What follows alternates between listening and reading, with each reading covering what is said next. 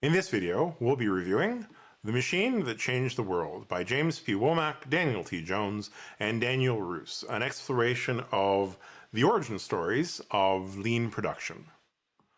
Welcome to Strategy Books, introducing leaders to the books and ideas that make a difference, and most importantly, the books that can help you make a difference in the world around you. Hit the subscribe button to stay current and that bell to be notified every time there's a new video up.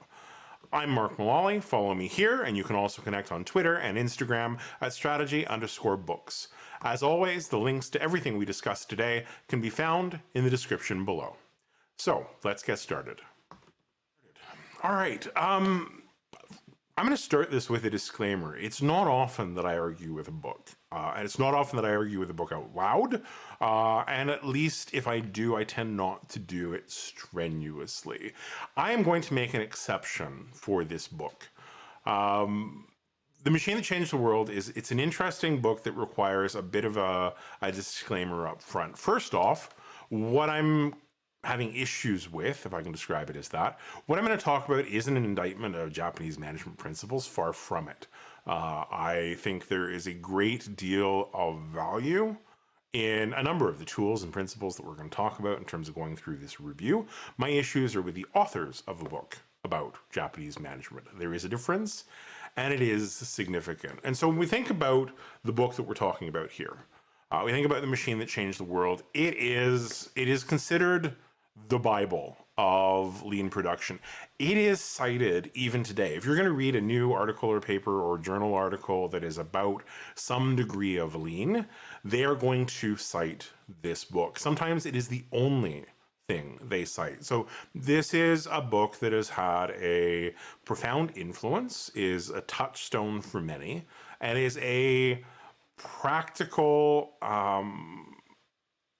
source of material and perspective and context around what lean is. Now, the reason I picked it up was simply wanting to be able to understand it. If this is the Bible, let's go to the source. Let's understand what it is they had to say. Let's understand what it is they had to offer, what it was that they were trying to convey. And given the level of prevalence, given the level of take-up, given the level of constant referring to the desire to adopt lean practices, it's something that we need to be able to understand. I am not a disciple of lean, that's probably obvious. Many, however, are. And while I say I'm not a disciple of lean, the thing that I need to understand, the thing I need to provide as context for that is reading the book. A lot of my philosophies of how work happens, how improvement happens, how processes get managed, how processes get implemented, because that's a lot of the work that I do, have at their root what could be described as lean philosophies. The orientation on focus on value, the building of effectiveness, the pushing practices to the lowest possible level in the organization where value is actually being created and delivered.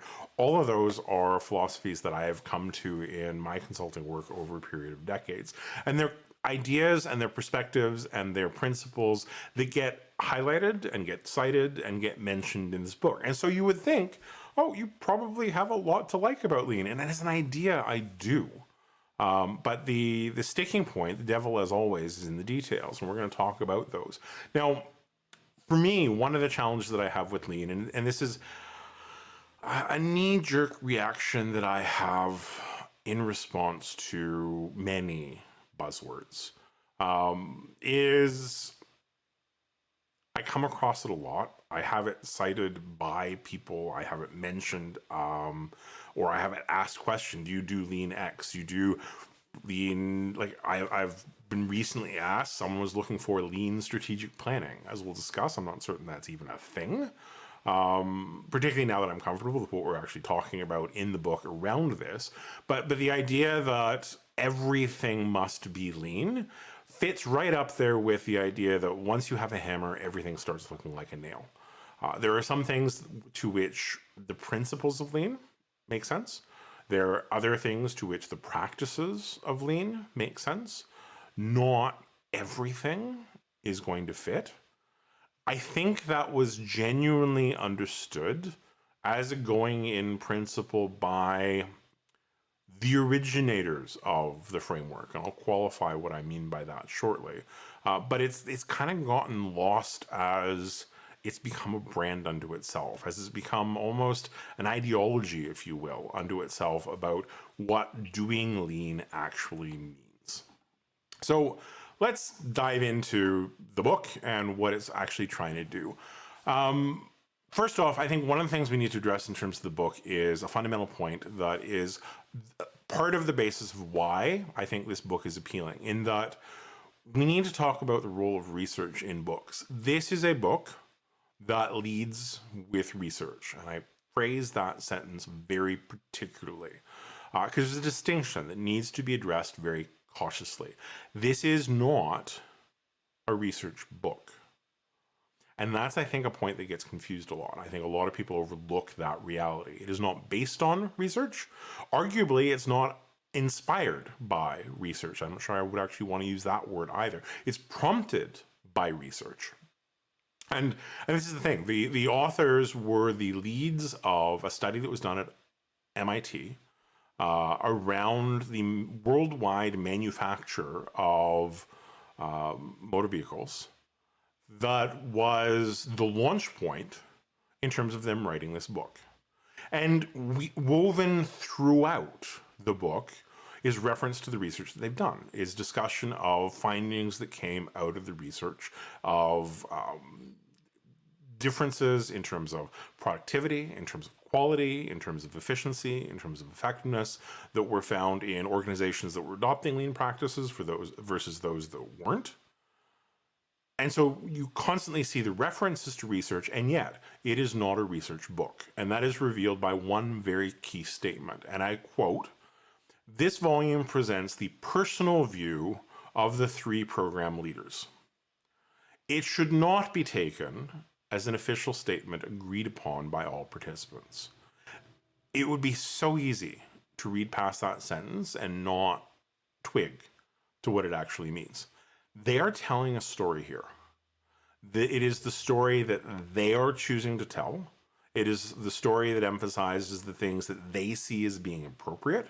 As I say, research weaves its way through it. It's not to say that it's not there, but it is to say it's not at all times grounded in the research. They have a vision, they have an agenda, they have axes to grind, and they have a position that they are advocating for. And that gets shown even in some of the words that they use. So early on in one of their introductions, and the idea of lean production, just to identify where that term comes from, it is deliberately coined as an antonym to the idea of mass production. So the production model, the assembly line pioneered by Henry Ford, when they describe in the introduction, they will refer to mass production was then widely copied.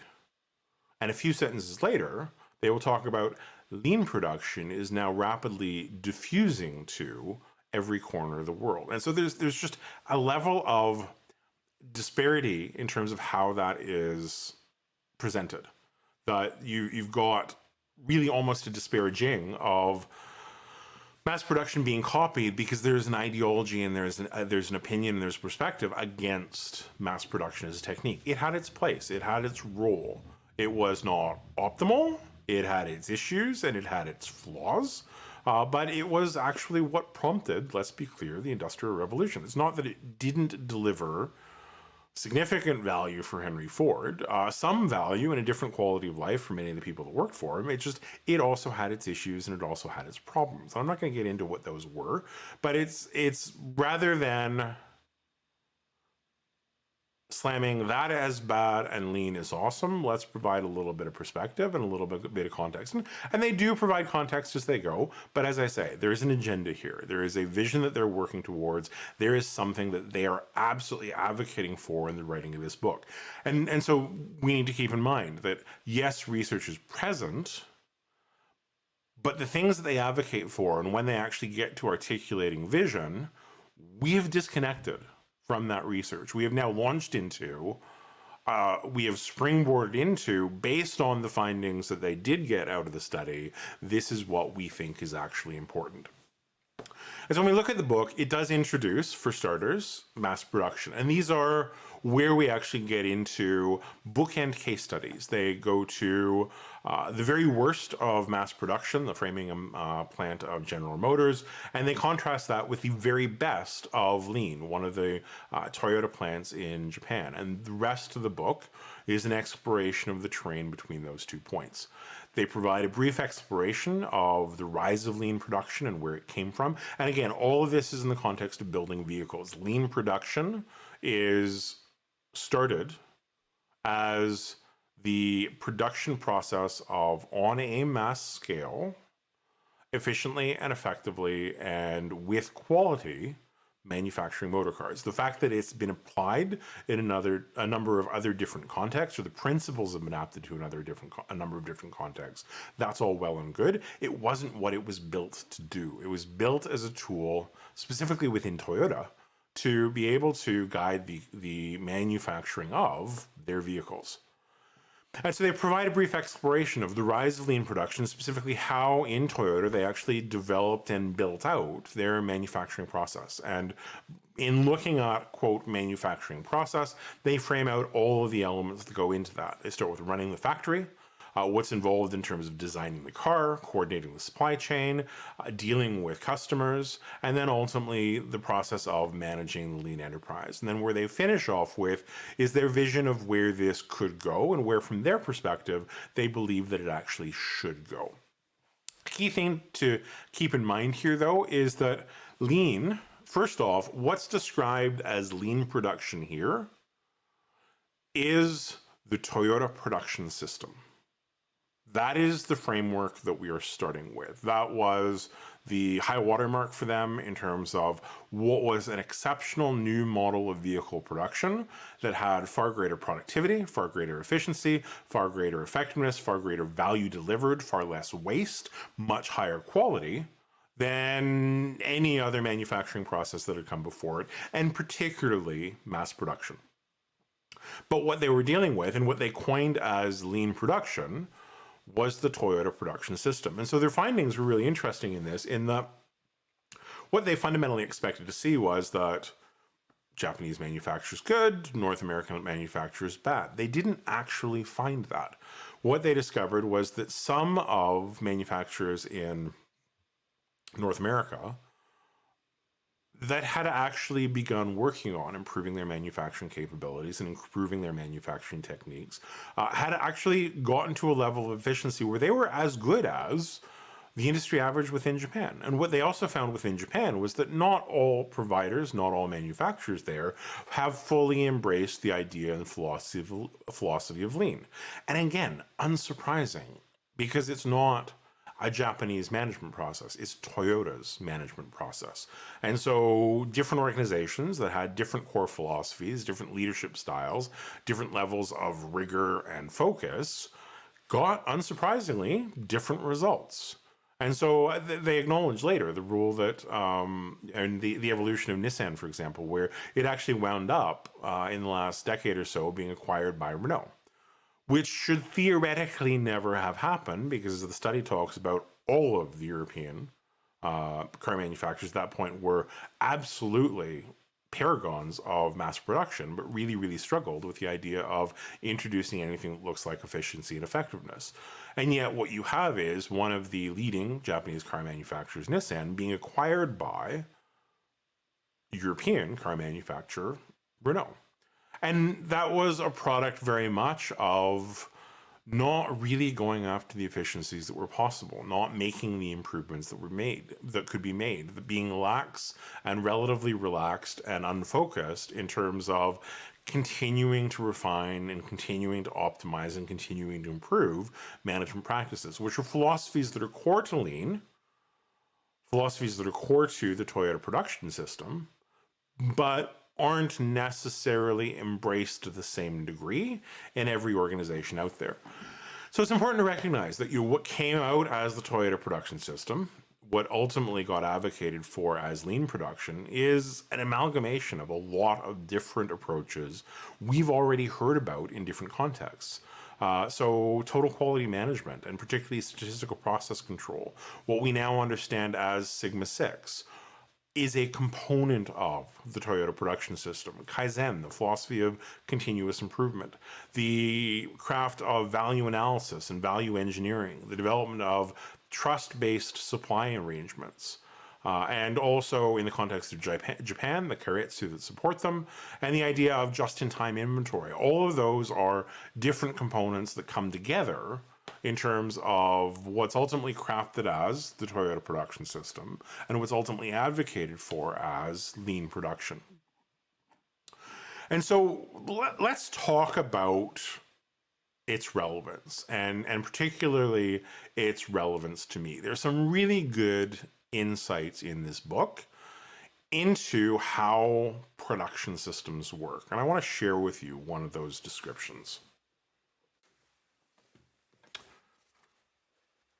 And yes, I did dog-ear my pages this time around, and I'm mostly not apologizing for it. But what we're going to talk about is a section called Career Ladders. And it's an interesting exploration of how career is thought about in the context of lean production. As we've noticed, at a number of points, mass production provides no career progression for production workers. Engineers, financial analysts, and marketing specialists progress through technical expertise. The progression for the general manager is through ever higher levels of the corporate hierarchy. All three paths are dysfunctional for the organization as a whole. The lean enterprise, by contrast, strives to provide every employee with a clear career path, although these are very different from those of mass production. To begin with, every employee begins by working on the production line for some period of time. For example, while visiting the Honda plant in Marysville, Ohio recently, we asked to meet with the external affairs director, the person at Honda who handled relationships with governments and the general public. He was unavailable, we were told. He just joined the company and was busy assembling cars. The best lean producers believe that the point of production is where value is truly added, not through indirect managerial activities, and that all employees need to understand this fact as soon as they enter the company. Those who stay in the factory grow increasingly able to solve problems. Management stresses that problem solving is the most important part of any job. Management's objective is to give employees increasingly challenging problems to solve in order to test continually their skills, even when, unlike in Western companies, no promotion up a ladder to section head, say, or factory manager is possible. Higher pay comes largely on the basis of seniority, with performance bonuses as well.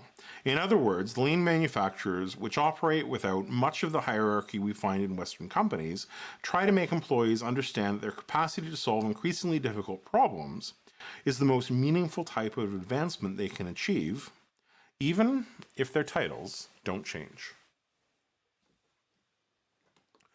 So I love that story. I love the idea of trying to go and meet with an executive and not being able to because, sorry, they're working on the production line assembling cars, because that's how they get introduced to working within the organization. And I think there's a lot of value of that in terms of being able to really understand how does an organization deliver value, what really is the work of the organization, what are its products or services, what makes them unique, what makes them valuable, what makes them relevant, what makes them appeal to the overall clients. And so being able to immerse yourself in the overall underlying processes of the organization, even if that is not ultimately going to be the job that you're hired for, there's a lot of credibility there. And the interesting thing is, you think of the investment of that, of weeks and months of time, learning the other parts of the business before you ever really get to do the job that you're hired for. That is a huge amount of investment that speaks to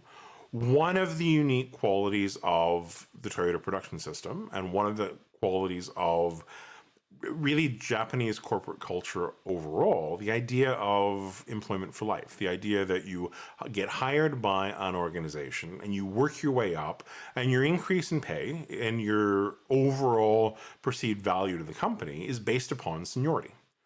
And if you were to actually leave that organization and go to another one, unlike in a Western context where we bring our skills and capabilities with us and we kind of move laterally or possibly even advance into whatever our next role is, the presumption is if you work on the line at Toyota and you've been there for 20 years and you go and take a job with, let's say, Nissan as an example, you're going back to the starting point.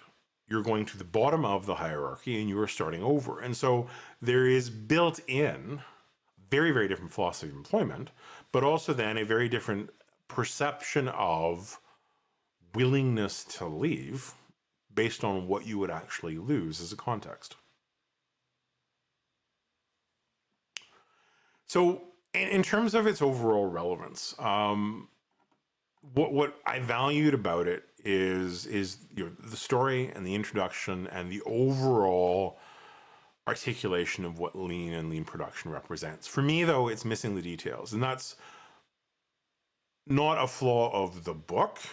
It's a bias in terms of what I'm looking for. Because where I'm particularly curious about is, well, how did the components of lean actually come together? What was the thinking process? What was the problem solving process? What was the overall development of the rationale for what became the Toyota production system actually becoming the Toyota production system? Because let's be clear, that did not happen overnight. It wasn't written out of whole cloth as, boom, here's our new philosophy of building cars. That emerged as a product of decades of work, and it was primarily the work of two people. A.J. Toyoda, who became ultimately president and then chair of Toyota, and Taiichi Ohno, who was the production genius that actually developed most of the system. And it was Ohno's work that really led to a lot of the trying and trialing and adopting and developing the practices that emerged. Because it didn't come wholesale. It was the evolution of a lot of practices, adopting things, trying them out, innovating, adapting them until they actually got to something that worked. And that's the story I'm most interested in. It's touched on. So the second chapter talks about the rise of lean production, and it does speak to some of what that story was. Not nearly to the depth I would personally like, and I need to go elsewhere to actually find that information, and I am. But it at least gives a little bit of a grounding. Where it fits, it helps you to understand what lean is about and what it does.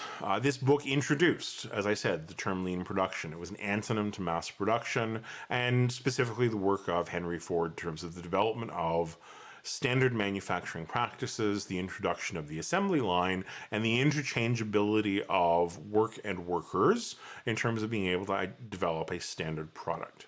So it's the initial framing of lean as a conceptual framework. And we've got to understand what it is. Lean production is fundamentally the Toyota production system, as I've said. That's neither bad nor good. It simply is. And what the authors are doing is arguing for having rebranded the Toyota production system as lean production, its broad-scale adoption and dissemination. Recognition, currently, that it's not universally or consistently applied in Japan. And there have been varying degrees of success so far in exporting it, both to Japanese transplant facilities in North America and other economies, whether in the developed or the developing world. Their basic position within the book is organizations should adopt lean production. It is the way of the future. It is the optimal way to go, and everybody should be doing it, and they need to figure out how to do it quickly. A key point we can't lose sight of, though. The Toyota production system was a product of time and space.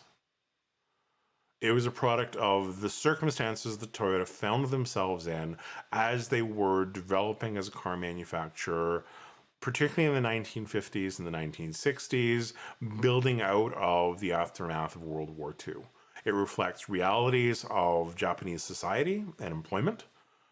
It reflects the economic challenges and the capital realities that existed at the time. They couldn't afford to buy and acquire much of the high-tech equipment that existed in that point in the context of a mass production system, because they went and researched what mass production looked like.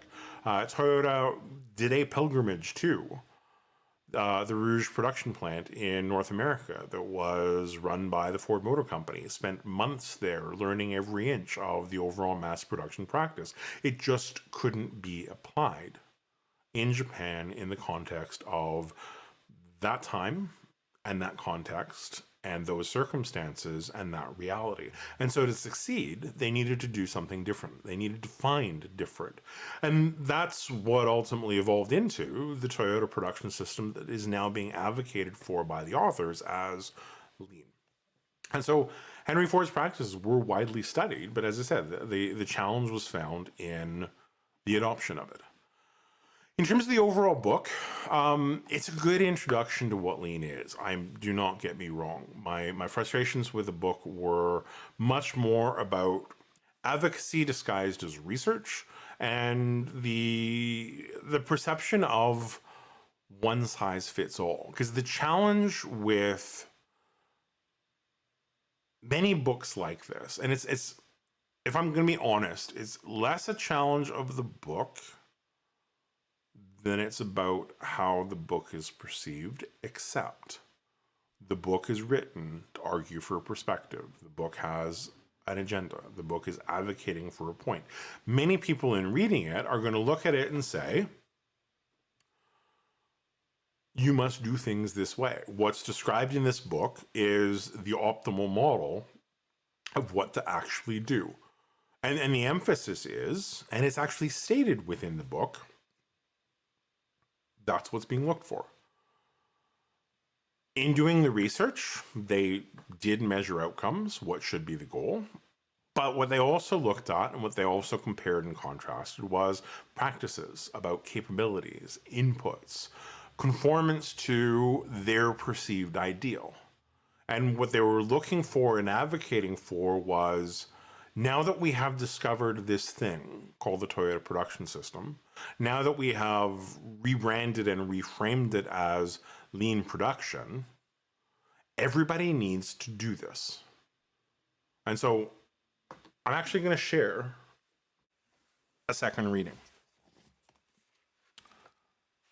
because I think it's important to reinforce the level of advocacy that appears. And so this comes from the introduction to the final section of the book. And the final section of the book speaks to diffusing lean production. And so it starts off with, we have now gone through the elements of lean production in the factory, in product development, in the supply system, in the sales and service network, and in the hypothesized multi-regional lean enterprise. Our conclusion is simple. Lean production is a superior way for humans to make things. It provides better products in wider variety at lower cost. Equally important, it provides more challenging and fulfilling work for employees at every level, from the factory to headquarters. It follows that the whole world should adopt lean production, and as quickly as possible. There is absolutely an agenda here. There is absolutely a vision here. And this book was launched by research, prompted by research, the marketing tool to be able to promote that outcome. And what's important to recognize is what's described in this book isn't a how to do it. It arguably is by the authors, but it shouldn't be, because what the Toyota production system reflects, that lean is based upon, is above all a philosophy. And the authors speak to the fact that the two essential principles of lean are this: transfer maximum tasks to those delivering on the front line, and establish a system of detecting defects that traces every problem once discovered to its ultimate cause, so it cannot occur again. That is the core philosophy of lean. And if you think about applying that, let's move away from the manufacture of motor cars. You can apply those principles in other manufacturing contexts, pharmaceuticals, for example, recreational products, moving away from vehicles, computers.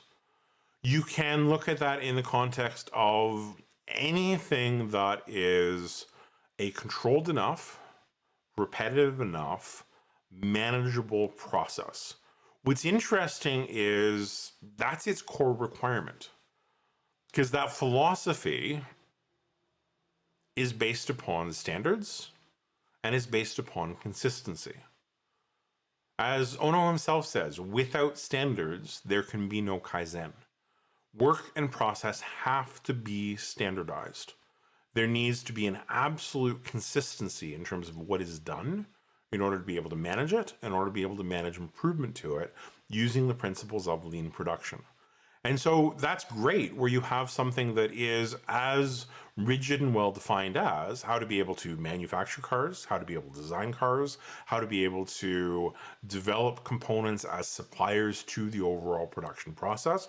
All of that is streamlined, all of that is defined, all of that is a core standardized, must be done exactly this way process. Take that out of an operational activity and you start to struggle.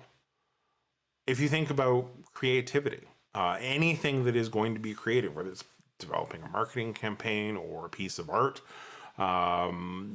theatrical production, there are elements that are standard. There's core underlying process that is drawn on in order to be able to do that, but there's a great deal of freedom and flexibility. And you can argue that, well, there isn't designing cars, but there are a lot of fundamental constraints they work within as well. And the really interesting thing that I found about the description of lean overall was when it actually came to the design process, because the ultimate framework, like really all that is described in terms of how lean design works compared to mass production is in a lean context, what you've got is a strong matrix environment. There is a leader that is responsible for the overall product design that is absolutely able to require and coordinate and manage the participation of the hundreds of engineers that are contributing to the overall design process. It is a top-down hierarchy. It's in the context of producing the results of that the repetition occurs, that the standardization occurs, that actually allows for more of the principles of total quality management, statistical process control, continuous improvement, just-in-time inventory delivery that are actually the components of lean. So it's a philosophy in the context of production. And in particular, the principles there that are different are about teamwork, absolutely. And the idea that you are working as a team. It is a philosophy of brutally honest accountability, of visibility of performance, of deliberate and focused discussion of defects and flaws and mistakes, and exploration of where they came from and how they occurred and what needs to be done to resolve them, and an absolute relentless expectation of ongoing improvement. Now, that is characteristic of Toyota. That is Toyota's management system. That is not necessarily true of other Japanese providers, which is why we see variations in terms of how lean has been adopted in a Japanese context. It's also why we see variances in terms of how it gets adopted in a North American context as well. And so the challenge in all of this, recognizing again that this was a product of time and place, is a framework that needs to be considered about where and how it can be applied and to what degree and what that actually looks like. So let's get down to brass tacks. Do I recommend you should read this book? With caveats, yes, I do. It's an important book. It's a foundational guide to a meaningful framework for thinking about work and about managing. I enjoyed the book. I actually enjoyed reading the book. I found myself going back and rereading sections. I just spent a lot of time arguing with it as well. What's important to keep in mind, though, is that this book is itself a product of its time. What's really interesting for the degree to which it still gets cited as the Bible and the source of all lean principles is this is a book that was originally published in 1990. So it is now, as I sit, 32 years old. It was written as, roughly speaking, I was starting out my consulting career. And what it's referencing is work and research and production that was done in the 3 or 4 years prior to the book being written. And so you're reading a lot about the late 1980s automobile marketplace. K-cars and LeBarons, the Pontiac Grand Prix, and the challenge of designing the new G10 platform at General Motors. You read about Ford Fiestas and about early Hyundais. Let us not forget the Pony. And when they updated this in 2007, they made a really interesting choice. Their claim of it is because it is a historical artifact, we have chosen to keep it the same, to actually not change the contents. So apart from the correction of a few typos through the document, the core of the document is still the book as written in the 1990s. I sort of practically understand why that choice was made, because updating it would have required a ridiculous amount of work and probably an updating of some of the research that they cite. But it's really about doing the work, and they chose not to do that. Instead, they bookended the 1990 book with a new introduction and a new afterword. And the afterword went into an interesting, and I will give credit where credit is due, bracingly honest admission of what they got wrong and what they have learned since. And that's good to a point. Because the challenge is there are a lot of people that are going to come to this book and read it, get to the afterwards and say, well, I've already read the book, I'm not going there. And that would be a mistake. Because what gets addressed within the afterword in terms of the mistakes are a significant amount of concessions of the ideals of lean production as described not being anywhere near as rigorous and precise and all-encompassing as actually was described within the original version. So why do I recommend reading it? It's relevant management practice to learn, but it's one that you should do so with eyes wide open. Remember at all times, there is an agenda at work. You are being sold on an idea. And what we've got to do is understand there is something new here that isn't adequately explained by simplistic reductions. What Toyota did build was new and radical. There were significant productivity improvements that were made, and it demonstrated that those kind of productivity improvements were actually possible. Massive increase in productivity of manufacturability, reduction of space required in order to be able to manufacture, reduction of flux and buffer, and delivery of just in time, and reduction of actual inventory required to be kept on hand. It's measured in minutes and hours, not days and weeks and months. And so it is a radically different way of working that's being described. It's not one everybody is going to like, and not one that everybody is going to necessarily want to universally adopt. And so we've always got to look at this in the context of how could this work here? It's not about mindless adoption. It's about intelligent adaptation. So what should you look for? Read it through, but above all, read the afterword. Because the risk is that people accept the body of the book as it is, and the reality is whole tracts of the book get reframed in just a few pages right at the end. So how deep should you go? All the way to the end. Approach it with an open mind, but also approach it with a grain of salt. That's our review of The Machine That Changed the World. I hope you enjoyed it. Thanks for joining us on Strategy Books. We'll be back with another episode soon. If you're interested in the books we talked about today, you can find links to them in the description below. Be sure to subscribe, and if you enjoyed today's recording, please hit that like button as well. Help others to be able to find the recording. Let me know what you got out of the book in the comments below, and comment as well if you have questions or if you have any ideas for a future book. Thanks again. We'll see you in another episode soon.